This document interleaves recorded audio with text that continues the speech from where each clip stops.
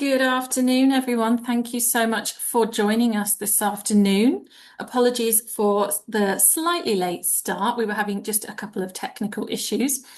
Just before we get started into what we're looking at here today, your microphones and your camera are all switched off. But if you do have any questions during the session, then please put them into the question box or into the chat, and we are happy to answer your questions as we go. I'm just going to share my screen. Just give me 2 seconds. Here we go. Perfect. So welcome to today's webinar, which is looking back to move forward. So we're going to be focusing on making the most of your NGRT and your PT data this end of year term, and then looking ahead to next academic year. My name's Emmeline, and I'm one of the education advisors with Renaissance and GL Education, and I'm based here in our Dubai office, and I work with schools all across Dubai and the rest of the UAE, supporting them in using their assessment data and making the most of it. I'm joined today by my lovely colleague, Annie. Good morning, everybody.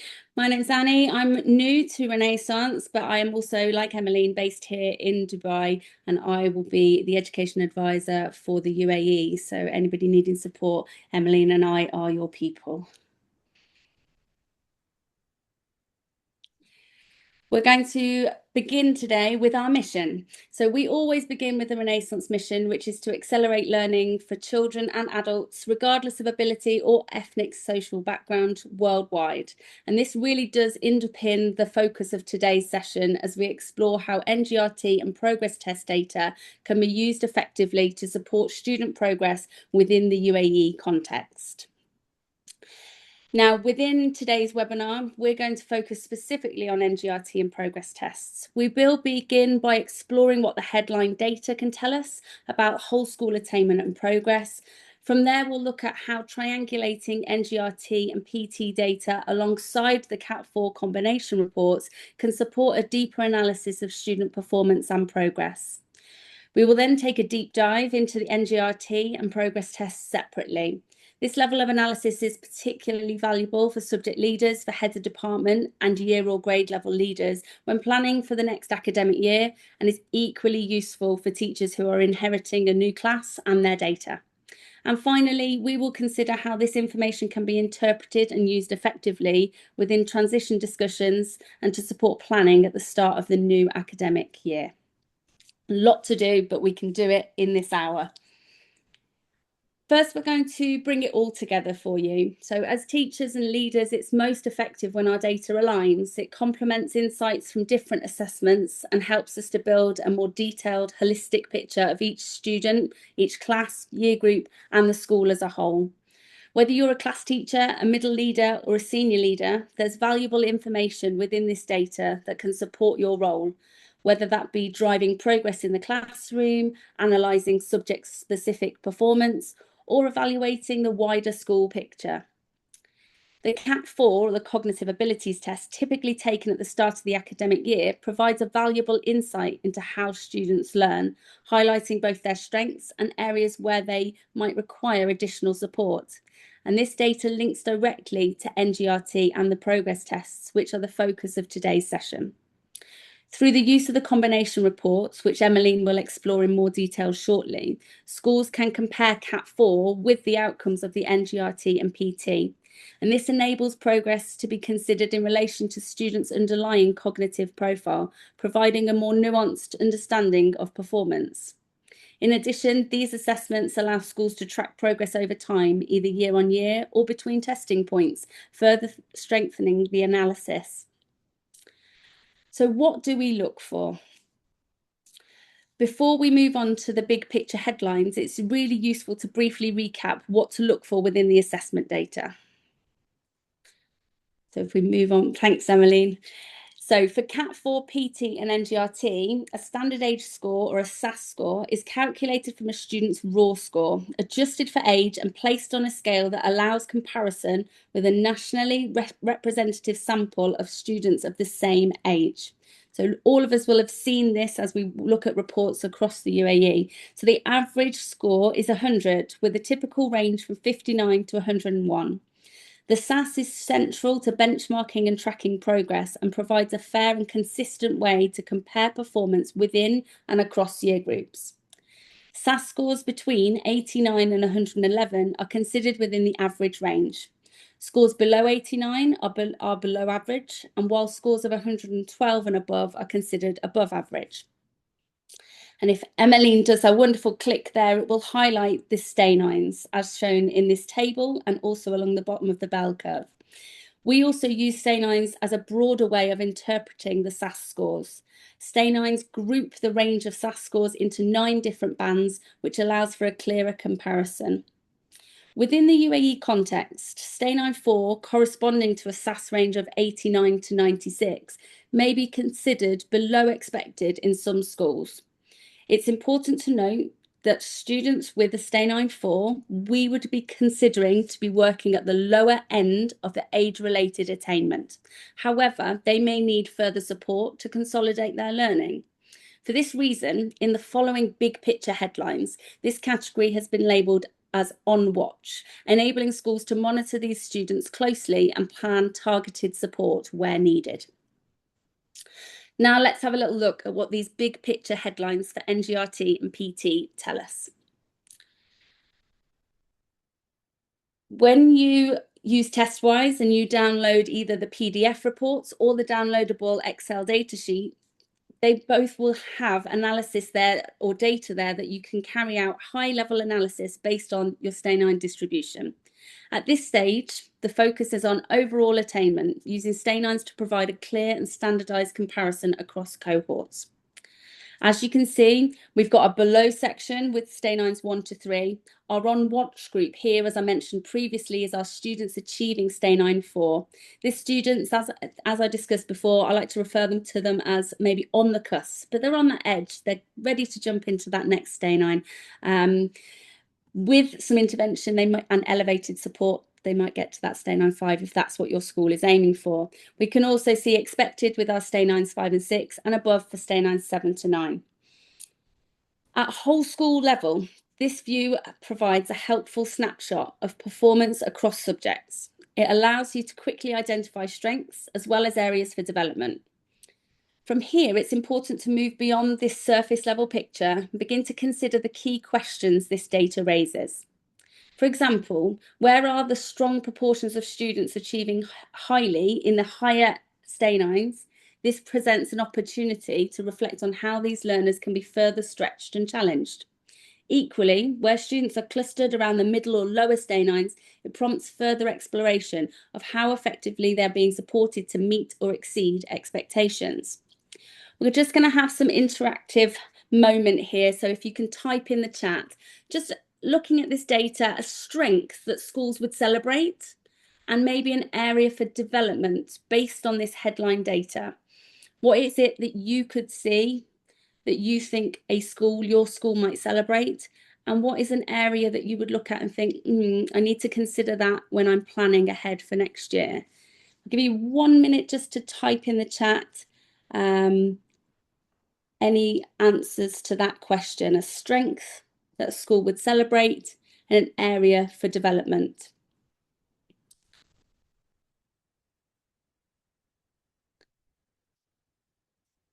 In my previous role, I was a deputy head, so I would be looking at maybe our PTS results in there, just as an idea. With 45% expected, 44 above, we would celebrate that. You're looking at 89% of the children at and above.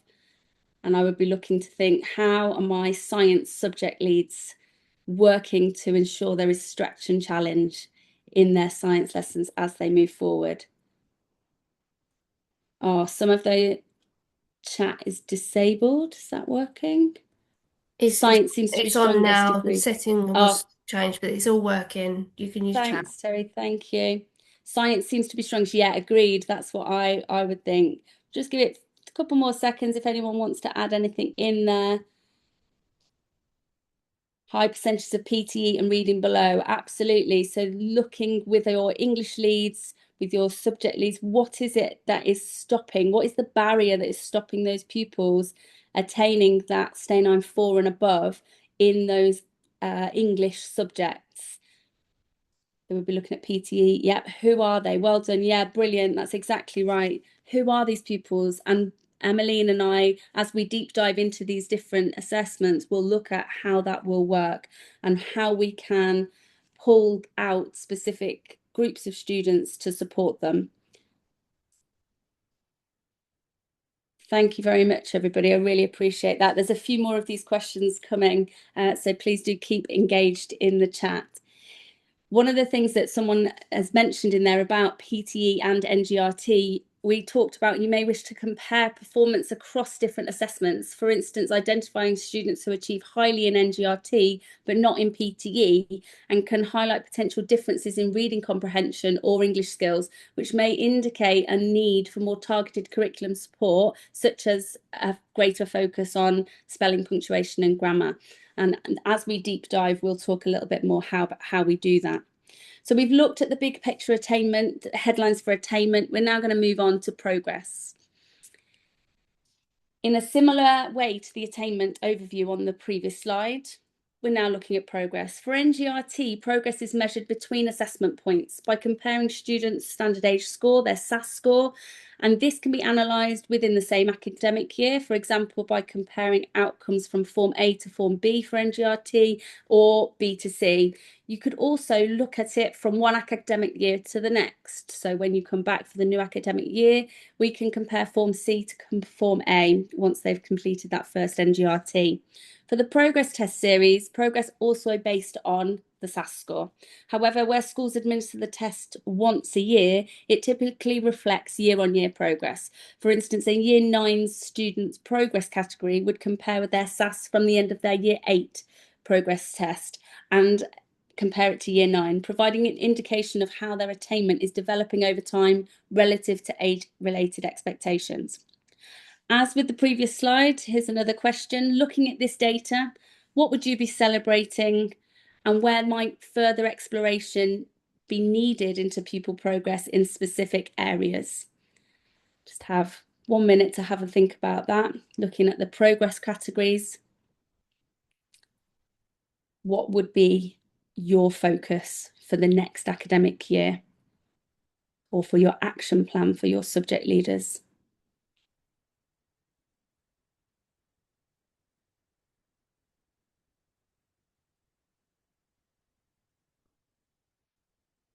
Yeah, PTM to celebrate at 52% higher, absolutely.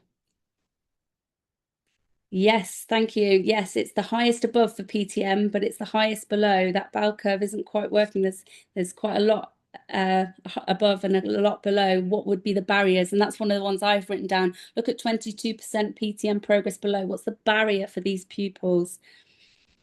Pushing science forward into higher. Yes. Again, who? Yep. Thank you, Lindsay. Perfect.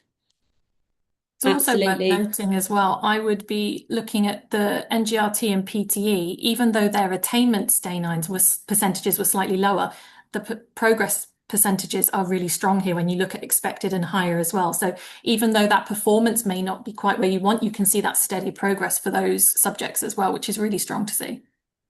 Absolutely. And progress is that limiting factor, isn't it? If children aren't making progress, regardless of where they are with their attainment, even if they're making progress to a stay 9.4 or a stay 9.5, and you're not going to get the stay 9.9 that you might want, they're still making that progress. And without progress, you're not going to get increased attainment. So absolutely, Emmeline. Thank you, everybody, for engaging in the chat there.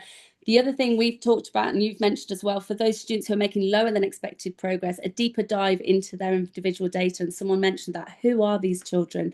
What do we know about them? How can we find out more? So it might be looking at their individual data, your internal data, triangulating that with your past data, perhaps. How do they approach school? And analyse what their barriers might be, what the barriers they're facing in school or regards to themselves or to their own learning, and maybe in specific subjects, and that will help you to plan interventions ahead of the new academic year. I'm going to hand over to Emmeline for our deep dive into NGRT. Unmute. Apologies. Just before we move and look into a deep dive at our NGRT data, I also just wanted to highlight as well that once you've reviewed that overall attainment and progress data, as Annie has just demonstrated, this is a really good point to start drilling down into individual year groups as well, which we will show you as we go through that assessment specific deep dive.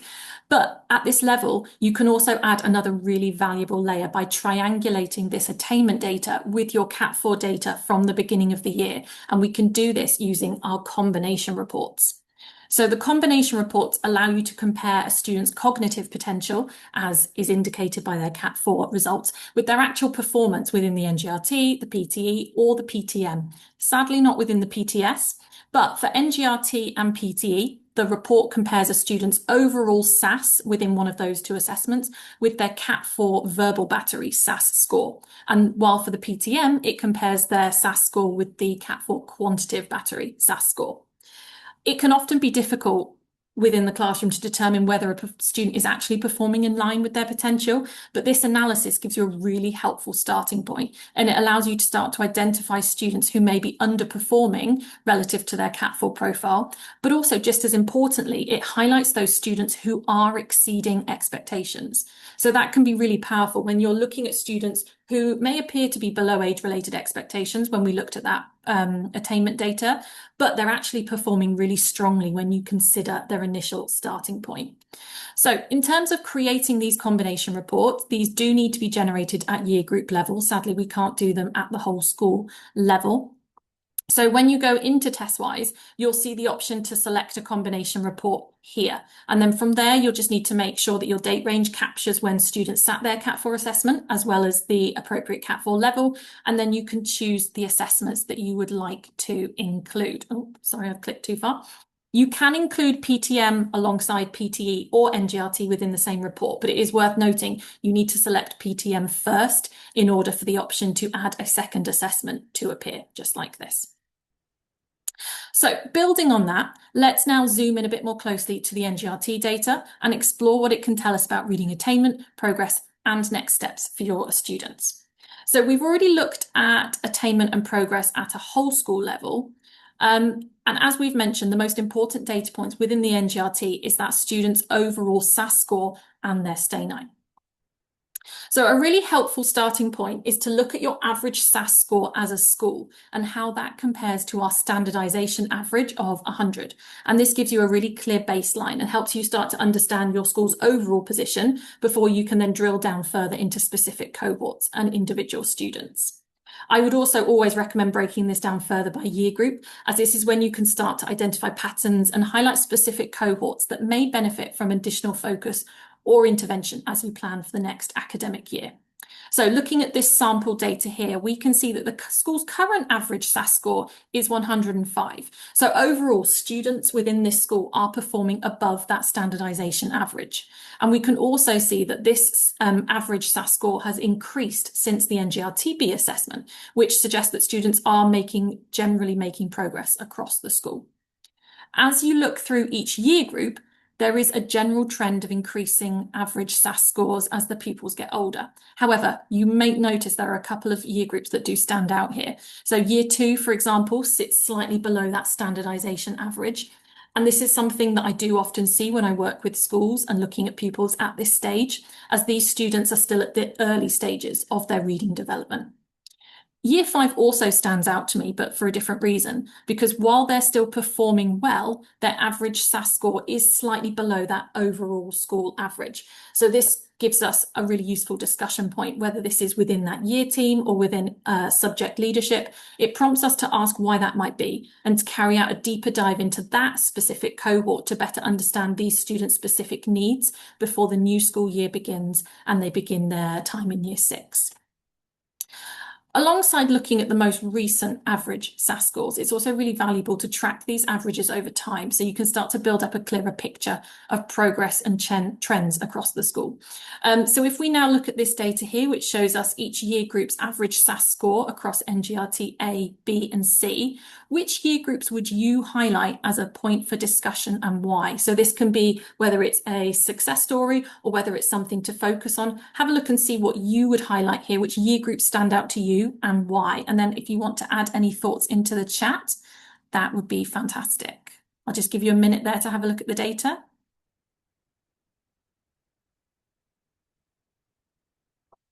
And just while you are following on from the question I can see in the chat about triangulating with Cat 4, I can see Annie's already answered this, but just to highlight, PTS cannot be combined with the Cat 4 data, only PTM and PTE or NGRT.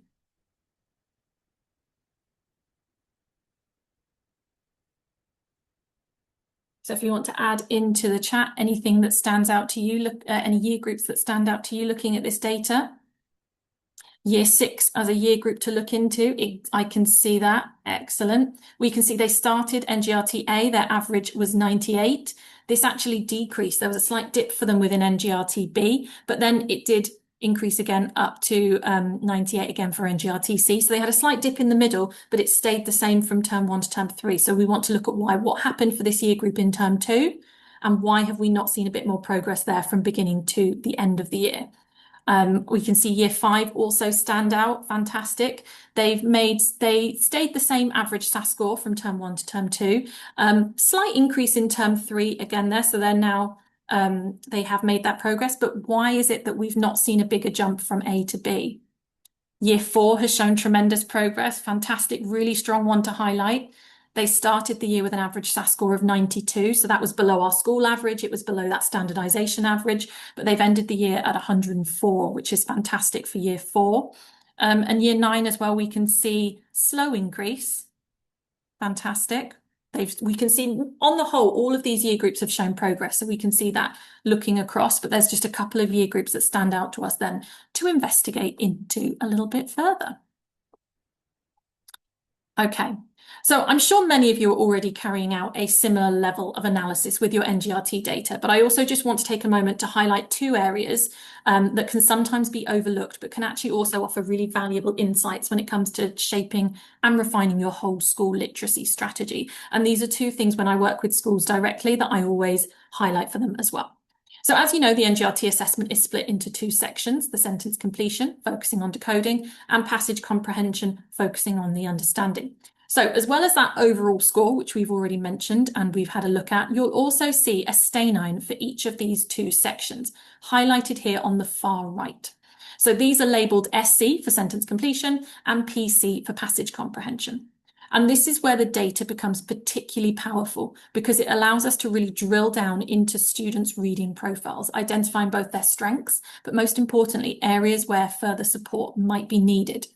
So ideally, we would expect to see these 2 stay9s to be broadly in line with one another. However, you may notice for some students, there is a discrepancy between the 2.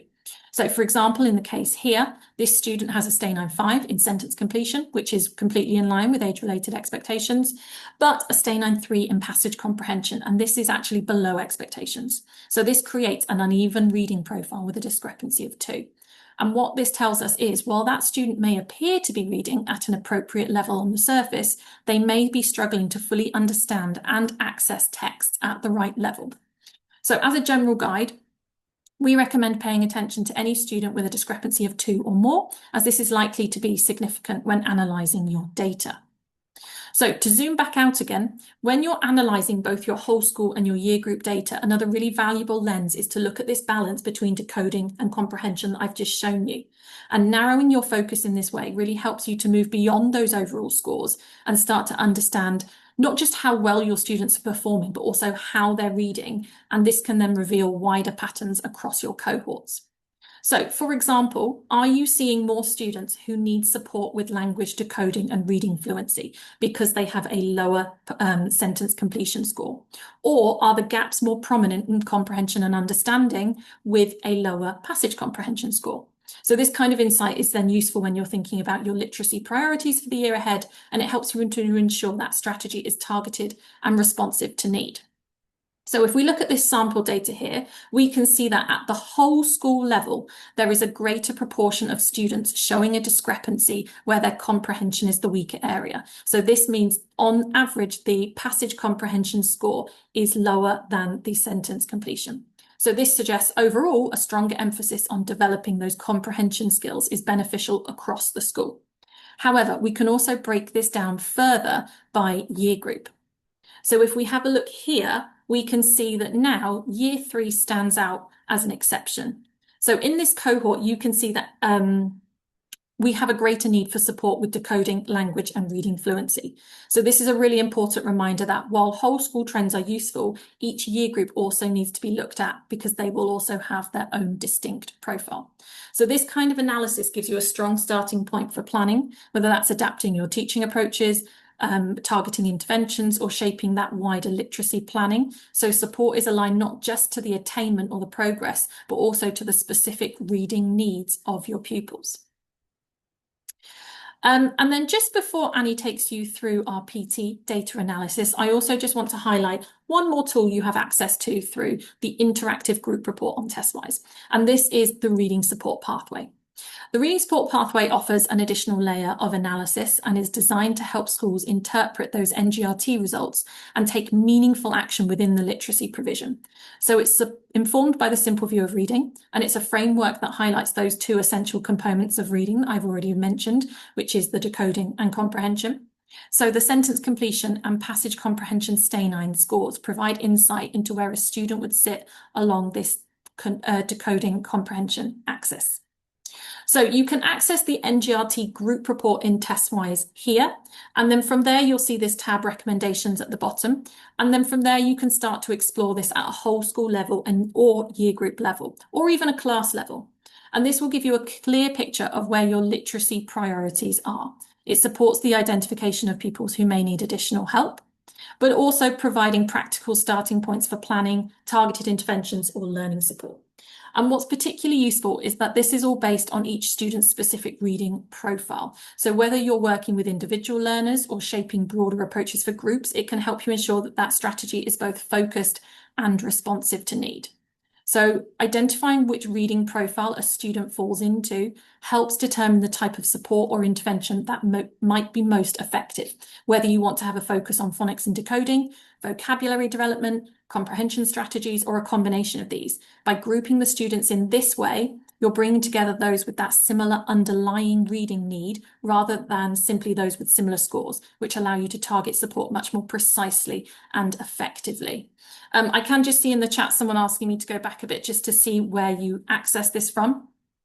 So just to go over it within TestWise, once you create a NGRT group report, the interactive version of that within TestWise, you will see here. Normally, I would imagine you just focus on this section, which is those group scores, but this tab down at the bottom, that recommendations tab, if you click on that tab at the bottom, that will bring up the quadrant that looks like this.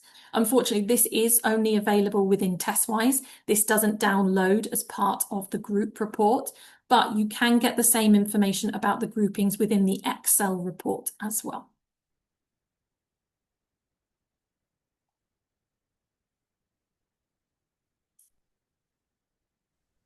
Definitely agree. That's a deep dive there, Emmeline. Thank you for that. And now we head into our PTE. So alongside administering NGRT throughout the year, PTE, Progress Test English, is a summative assessment taken at the end of the academic year. And this data can be analysed in a similar way to the NGRT. You can either get the group report, which looks like the top image there, and provides a year group overview. It can also be downloaded as a class on a PDF format, again through TestWise, or it can be done via the downloadable Excel data, which obviously can be then further formatted and explored in more depth, as you can see at the bottom with the colour codes. PTE, the test, is divided into 2 key components: English skills, which is your spelling, punctuation and grammar, and reading comprehension. As with NGRT, it's particularly important to consider the relationship between the reading comprehension and English skills stay-9s. Where there is a notable discrepancy between the two, this can act as a prompt for further investigation, very similar to how Emmeline discussed this with the NGRT. For example, we can see a student here with the overall stay-9 of 4 in that expected, as we talked about on the cusp, has a strength in English skills with a stay-9 of 5, but finds reading comprehension with a Stay 9-3 more difficult. In this instance, looking at that pupil and referring back to their NGRT results would provide further insight into a reading profile and help to identify where that additional support may be needed. As we move through the PTE, the leadership focus extends beyond the overall attainment and progress to include these patterns of discrepancy as with NGRT, and these can then be compared. These discrepancies have a direct impact on the planning and provision for the following term or academic year. For example, identifying that proportion of students show a difference of 2 or more Stay 9s between English skills and reading comprehension through the PTE, and noting this as a percentage highlights a clearer area for support. And it's extremely similar to the discrepancies Emmeline has already explained. And it would be really good as a leadership and English leads and senior leaders to compare these two discrepancies to see whether the PTE delivers the same analysis as the NGRT, and then you've got that triangulation to move forward to make a plan for the following year. Within the progress reports, if we just move on one there, Emmeline, thank you. There's further opportunity to analyse performance at a curriculum content level. So as shown here, the data is divided into 4 key areas for the progress test for English: English skills, spelling and grammar, punctuation, and under the reading comprehension headlines, narrative and non-narrative. The accompanying table and graphs compare the percentage of students within the year group who answered questions correctly in each category against the standardisation average. It gives you an opportunity to compare your cohort with the standardisation average. This level of analysis is particularly valuable for subject leaders, for heads of department, year leaders, as it directly supports curriculum planning. For example, where there is a notable gap, such as lower percentage of pupils achieving in non-narrative text compared to the standardised average, this may indicate a need to increase this curriculum focus in this area as you move through to the next academic year. Given the context of recent disruptions to learning in the UAE, including periods of remote provision, it's likely that certain areas of the curriculum may require revisiting for the next academic year. These reports do provide practical evidence base to help identify these priorities. On the right of the screen, you can see the reading comprehension element is broken down further into specific question types. This allows for more targeted reflection at both classroom and leadership level. For instance, this data might prompt a class teacher to focus more explicitly on developing particular reading skills, whilst an English subject lead or head of department may take a broader view, triangulating this information with internal assessment data to identify and address the gaps. In my experience as an English lead previously, in a previous life, and to deputy head, a key area of focus would be in inference skills, using this data to inform discussions with teachers and ensure that any identified gaps are systematically addressed within planning for the following academic year. Importantly, these reports can be recreated for both year group and class level. So as a year leader, I'd really like having this understanding of my entire cohort because it helps to plan those interventions between classes. And as a class teacher, you might want this just for your class. Where do your class's strengths lie? Where is the time and energy going to go into to fill and plug the gaps that are currently showing as part of this data? These provide incoming teachers with a clear starting point, enabling them to understand cohort needs and plan accordingly from the outset. With reading and English, we all have a role to play in supporting student progress across the curriculum, and a lower than expected reading ability can impact access to learning and outcomes in every subject. In primary or lower or junior schools, cross-curricular links can often be easier to establish, given that one main class teacher typically delivers much of the curriculum. In secondary settings, however, where subject specialists focus on their own disciplines, this can be more challenging. That said, ensuring that all your teachers have an understanding of PTE and NGRT data can be transformative. It helps to explain why some students may be not making expected progress in subjects that also rely heavily on reading or comprehension or word knowledge, as well as subject-specific knowledge, such as history texts, solving mathematical problems, or science experiments, perhaps. It's therefore really important to draw on the breadth of knowledge and experience across your wider team within your school, sharing strategies to support these students in all subject areas. So again, in the chat at this point, it's worth considering, how can we make appropriate adjustments for students whose reading ability is below age-related expectations within your subject? So what adjustments would you make, especially if you're a maths teacher or a science teacher or a psychology teacher? How do you make adjustments in your subject to capture those children whose reading ability is below age-related expectation? Please feel free to share. That would be really brilliant to share our ideas. Explicitly teaching subject-specific vocabulary, absolutely. Use of widgets to support reading in maths and science. Okay, deliberate practice. Absolutely. When I wrote some examples to share for this, one of those was pre-teaching subject-specific vocabulary. Absolutely. And doing that in context, so students have a real good understanding of the words that match the digestive system process in that context before they go into that lesson, which will then support their understanding throughout that lesson. Absolutely. Very good. Just a couple more. It's brilliant as well to think about this in terms of when you start the new academic year and having all your staff there and getting them to really understand the power of the NGRT results, so that when they are looking at their class, they don't just see their ability in that subject, but they understand their reading ability, which as teachers we all know underpins an awful lot of those curriculum subjects. We want to ensure that we remove that barrier of being not reading at age-related expectations. We remove that barrier so they can still access the subject, because it might be that they love the subject but cannot access as part of because of their reading ability, and we want to remove those barriers where we can.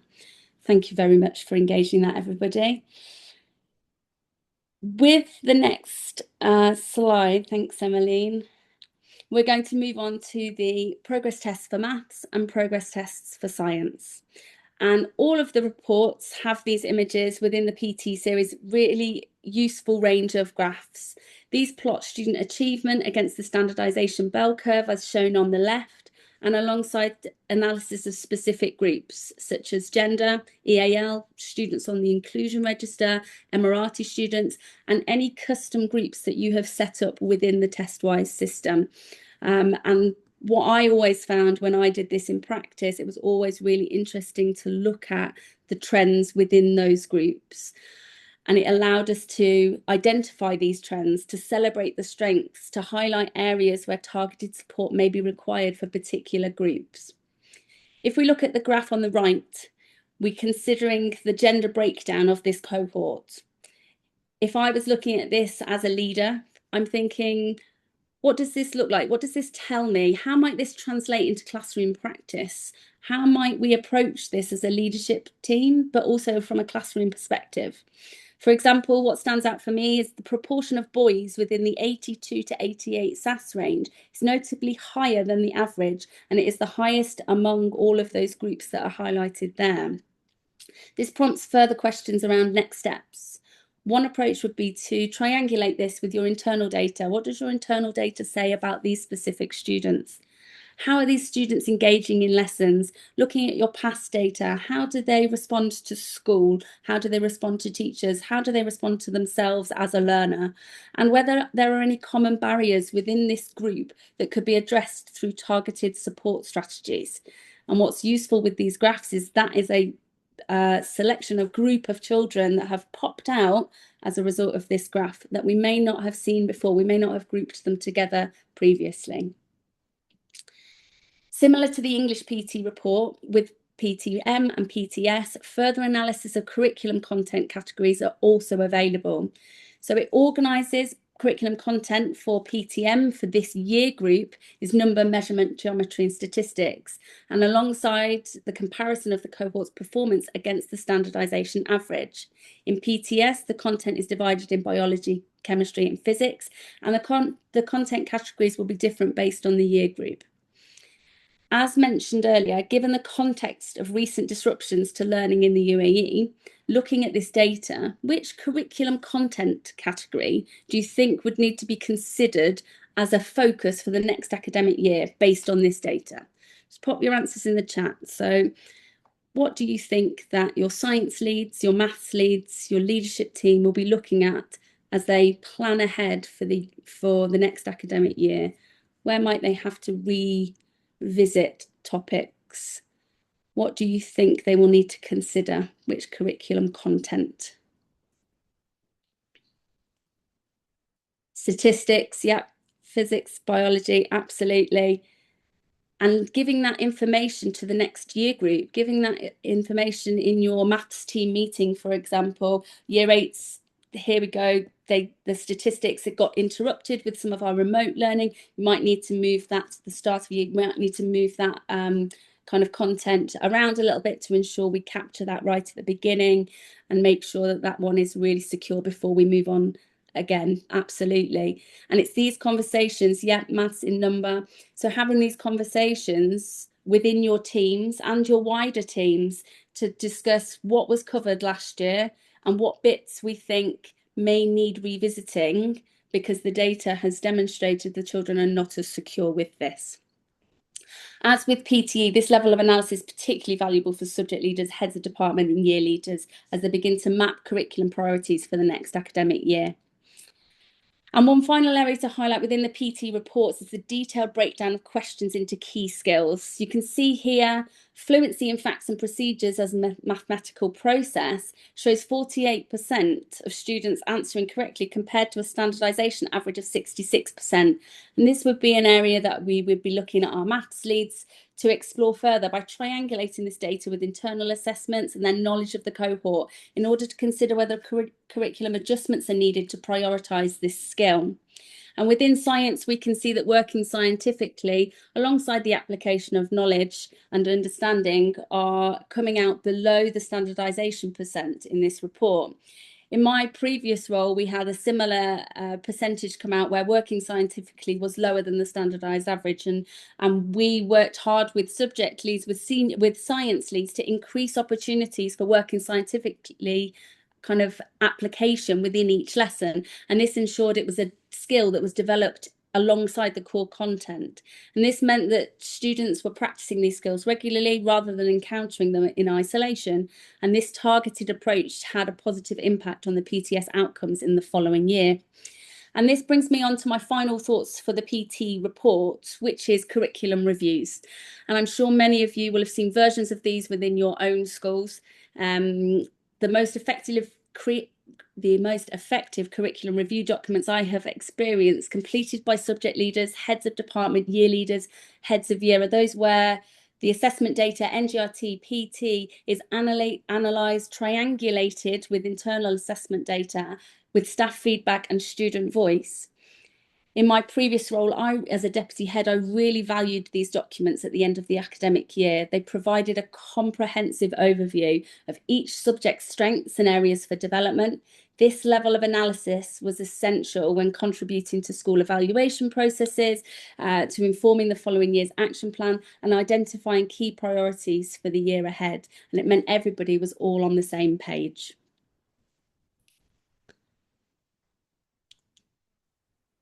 And just to follow on from what Annie was saying about those group reports, the question was just mentioned in the chat about getting this data for just particular groups of students, whether it is your SEND students, whether you do want to just focus on boys, for example, or Emirati students or students with EAL, then you can use those, as long as all of these labels are correctly put into TestWise, whether it's through those specific columns or by utilising the custom columns, then you can use those filters when you are generating a group report for any of these subjects, and you can create a group report just for those students. So you can really narrow down the groups you're looking at with that specific data about those curriculum needs as well.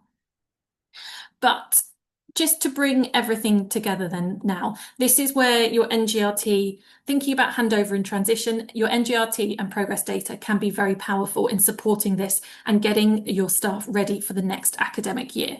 So rather than starting completely from scratch in August, you already have a really rich picture of your students' strengths, their needs, and their potential. And the key is thinking about how that information is then passed on in a way that is really clear, actionable, and meaningful for both the next year group to think about for their curriculum planning, and also for the next teacher to think about their focus groups of students and how they are going to support and challenge.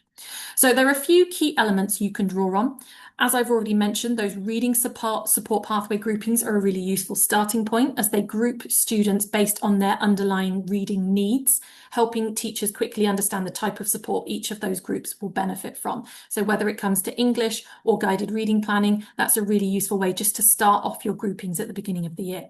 And again, this isn't just valuable for English teachers, as Annie mentioned, when looking at that PTE data. It's relevant for all staff to understand this, as it gives insight into how students are likely to access, understand, and respond to any written task in the classroom, whether it is in maths, science, humanities. Alongside this, that's attainment data gives a really clear picture of current performance levels in English, maths, and science, helping to set realistic expectations and starting points. You can also then bring in your cohort curriculum needs identified through the subject analysis in the progress tests. And this highlights gaps and areas you might need revisiting or embedding in the new year, particularly given the current situation we've had here in the UAE, there may be some gaps within that curriculum knowledge. And your discrepancy analysis from the NGRT adds another important layer to this, helping to highlight whether cohorts may need that focus on language and decoding or on comprehension. So when all of these elements are brought together, they create a much more complete picture for the receiving teacher or for the year group team. And it moves the conversation beyond simply where students are to understanding what students need next, which is what ultimately supports more effective planning from day one. So used well, this approach can then really strengthen transition, ensure greater continuity in teaching and learning, and help you build a more responsive, targeted strategy across the whole school. And we're going to finish up there. Thank you so much for everyone who has joined us today. We've got some time now if anyone does have any questions that they would like answers to. So if you've got any questions, please put them in the Q&A box or into the chat. I can see in the chat about a question about if students got the wrong information on TestWise. This information can be amended after the test, and then you would need to give it a little bit of time, maybe 30 minutes, just to make sure that information is processed, and then you can regenerate the reports, and that will have the correct information in as well. Just checking in the Q&A if we've got any more questions. I can see a question about combination reports. The Cat 4 combination reports, at the moment, we can only generate them from Cat 4 level A upwards. So if you have students who've sat Cat 4 level X or Cat 4 level pre-A, unfortunately, we cannot combine that data as yet. If anyone's got any other questions, please feel free to add them into the chat. And then just before we finish up, I just want to highlight as well, both Annie and I are the education advisors based here in Dubai, and we work with schools all across the UAE. What we've shown you now is just an overview of what we can do with each individual school. And if you would like to arrange a chat with us to look at how we can just have that discussion with you, an extra pair of eyes looking at your data can always be a benefit. There is a poll popping up on the screen in front of you if you'd like to just answer that question, and then we can see if anyone would like us to follow up with them. And you will also get a follow-up survey as well, just to ask for feedback on today's session, if there's anything that you would like to share there as well. I can't see any more questions coming in the chat. Annie, have you spotted another question that we haven't answered? Someone said, can we share the recording of the webinar, which it will be shared? And there's one about a progress category, about how they're calculated, figuring out the logic for determining the specific category for each child. Can we talk about how that works? And that's one we talked about earlier, isn't it? Yes, so this is a question we do commonly see when looking at both NGRT and the PT data. Unfortunately, there's not a straightforward answer to this. There isn't a set formula or a set logic when it comes to determining that progress category. So the progress category is based on our standardization sample, and it is looking at what was seen as typical for students of that same age in years and months, comparing it to the other students of that same age in years and months. So if you're looking at expected progress, that it might have been typical for there to be a slight dip of 2 or 3 SAS points with his students of that same age. So that's why that might then become seen as typical progress. A small jump of maybe 5 SAS points could be seen as higher than expected progress because that was not seen as typical within that standardization sample. So unfortunately, there's not a sort of set formula I can give you to answer that. It's based on that standardization and what was typical. And the last one I've just seen in the chat here, Emily, can you break the PTS into topics as well as biology, physics, chemistry? When you go through, it will look different for each year group, won't it? Based on, I think it will Yes. always say biology, chemistry, and physics, but the breakdown of skills might be different depending on the year group you look at. Yeah. So it doesn't do specific topics for you. It's still those broad categories. Yeah. Let me just see. Okay, and I Yeah. can't see any more questions. So I think we will finish there for this afternoon. So I'm going to hand you back to Terry. Thank you, everybody. Thank you, ladies, for that session. That was really great. If you have any further questions, do reach out to us. We'll be in touch via email with the recording, a certificate of attendance. So have a look out of that for in a couple of days. Thank you very much for attending, and we hope you have a lovely rest of your day.